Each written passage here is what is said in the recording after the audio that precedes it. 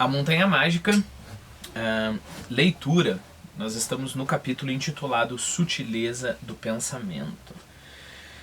Então vamos começar com o próprio título, né? Sutileza do pensamento. Sutileza do pensamento. Então um pensamento sutil é um pensamento que sabe que as coisas, por exemplo, não são nem 8 nem 80, correto? Então não é esse filme é bom, esse filme é ruim.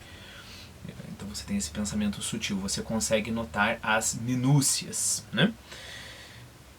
Nas outras traduções, então, por exemplo, em inglês foi traduzido como mental gymnastic, né? Então é como se fosse uma ginástica mental. Perceba que aqui a ênfase não foi percepção, mas um esforço, né? Você faz um esforço para ter sutileza do pensamento, né? E aí, em espanhol e francês, foi traduzido como se fosse lucidez, né? Lucidez em espanhol, lucidité em francês, né? É claro que você sabe que uma deficiência que nós temos aqui na nossa leitura é que eu não falo alemão, né? Então a gente tem que dar mais ou menos umas voltas. Quando eu vejo que é uma coisa muito importante, eu dou uma procurada, pergunto pro meu irmão fala alemão muito bem, para tentar suprir essa necessidade. Mas não se preocupe que isso também não é uma coisa, digamos assim, imprescindível. Seria uma habilidade desejável, né? Até para você, então, parênteses, né? Até para você pensar quanto de energia, se você gosta de literatura, quanto de energia você vai gastar aprendendo línguas, né? Claro que línguas são muito importantes, mas sempre pense, parte do seguinte princípio, né? Thomas Mann fala sobre a realidade, ok? E realidade aqui, ele não é um realista, né? Realidade, vamos até colocar verdade, termos que você sabe que eu uso muito aqui, né? Como ele fala da verdade em geral, e nós estamos inseridos na mesma verdade que o Thomas Mann viveu, afinal de contas só há uma verdade, só há uma realidade, né? Há pontos de vista, mas ponto de vista implica justamente que nós estamos olhando para a mesma coisa. Então, como o mundo é assim, você vai perceber que nós somos muito hábeis. Eu estou lendo, por exemplo, um livro. Aqui acontece com o Montanha Mágica todo o tempo. Eu olho um termo e falo, epa, mas peraí, isso daqui não parece. Já parou para pensar, eu checo onde? Se eu só tenho acesso à tradução, eu checo onde? Dizer, esse termo aqui está meio estranho. Vou dar uma procurada nas outras línguas. Da onde que vem isso? Do fato de que eu estou olhando para a mesma realidade, ou pelo menos tentando olhar para a mesma realidade que o Thomas Mann olhou. Então eu olho e falo, não, mas será que é isso mesmo? Dou uma procurada, vejo as outras traduções, vejo, não era isso não. Aqui é um erro de tradução. Já encontrei diversos erros de tradução. Ou assim, termos que eu não considerei tão apropriados.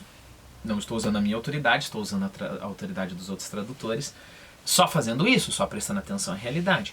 Então lembre-se, o teu trabalho aqui, o Sartre que dizia isso, né, que quando você lê um livro, o teu olhar não para na página, ele atravessa a página por um outro mundo, né? Então a linguagem ali é um mero meio, né? Então a melhor linguagem nesse sentido seria a linguagem mais clara, né? Quando que o fato de a gente não saber o idioma começaria a ser um problema maior?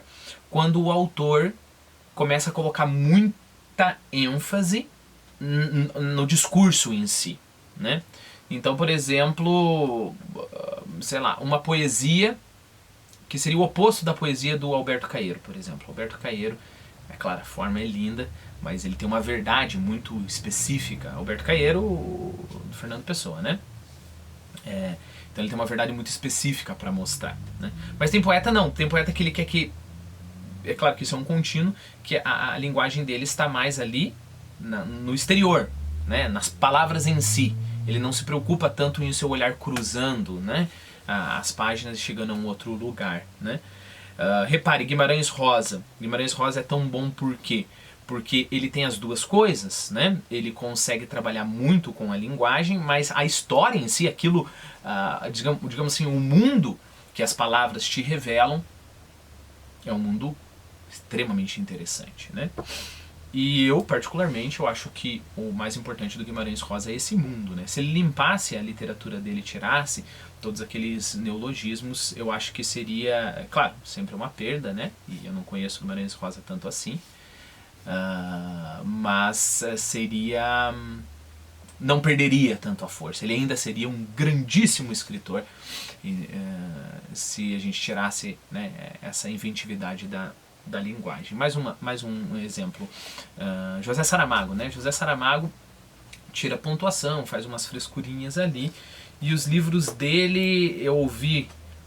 gostei muito de uma frase, acho que é Garcia Morente, não sei. Mas tinha um manualzinho assim de pontuação, e o autor falou assim: não é que o Guimarães Rosa é bom porque ele não usa pontuação. O Guimarães Rosa é bom... Desculpe, eu falei Guimarães Rosa. José Saramago, né? José Saramago é bom a despeito dele não usar pontuação, né? E eu tendo a concordar. Por que eu tô falando tudo isso? Vamos voltar para ver se a gente consegue deixar tudo no mesmo tópico, né? Para dizer que tem como o autor prestar muita atenção ao exterior das palavras, digamos assim, e o autor prestar atenção ao interior das palavras. Virginia Woolf, por exemplo, num dos seus livros falava: eu estou... como é que é? Alguma coisa como: estou condenada a passar a vida inteira pensando no exterior das palavras, eu sou uma escritora, né? Então aí a gente percebe quanta ênfase que ela dá na linguagem. A linguagem é a preocupação primeira, né? Quando a gente vê o cuidado, a sutileza, o esforço com o que Thomas Mann tenta abordar algumas questões, a gente sabe que a linguagem para ele só é complicada porque tem coisa que não tem como a gente dizer de forma fácil, né? Então ele tem que usar a linguagem difícil para fazer essas coisas, mas ele está muito mais interessado nesse mundo que está para lá. Ora, esse mundo que está para lá, ele pode ser revelado pelo português, pelo francês, pelo italiano, pelo alemão, pelo tupi-guarani, sem problema algum, né? É claro que a gente vai depender das habilidades de outras pessoas, e é claro que muito da beleza da linguagem pode se perder, né? Mas quando a gente tem acesso a um ótimo tradutor, como é o tradutor do Thomas Mann para o português, né? E além disso, a gente tem acesso a um ótimo tradutor para o inglês, e tradução do francês e tradução do espanhol, então a gente, digamos assim, seria muito desejável falar alemão, mas dá para viver satisfatoriamente sem o alemão, ok? Ainda sobre o título, aí o que eu fiz? Eu procurei o termo em alemão do título, né? E traduzido ao pé da letra seria algo como nitidez de pensamento, né? Então perceba, sutileza do pensamento, lucidez no francês e no espanhol, e ginástica mental, né? No inglês. Parece que o inglês é o que tomou mais liberdade, e eu sinto isso no tradutor em inglês. Ele tomou mais liberdade para ficar parecendo mais americano, inglês, desculpa. Bom, então nitidez do pensamento. Se eu coloco o termo em alemão para traduzir para o inglês, é shapeness of thought, né? Como se fosse a forma do pensamento, né? Então vamos ter tudo isso em mente. E olha que interessante, provando aquilo que eu falava para você.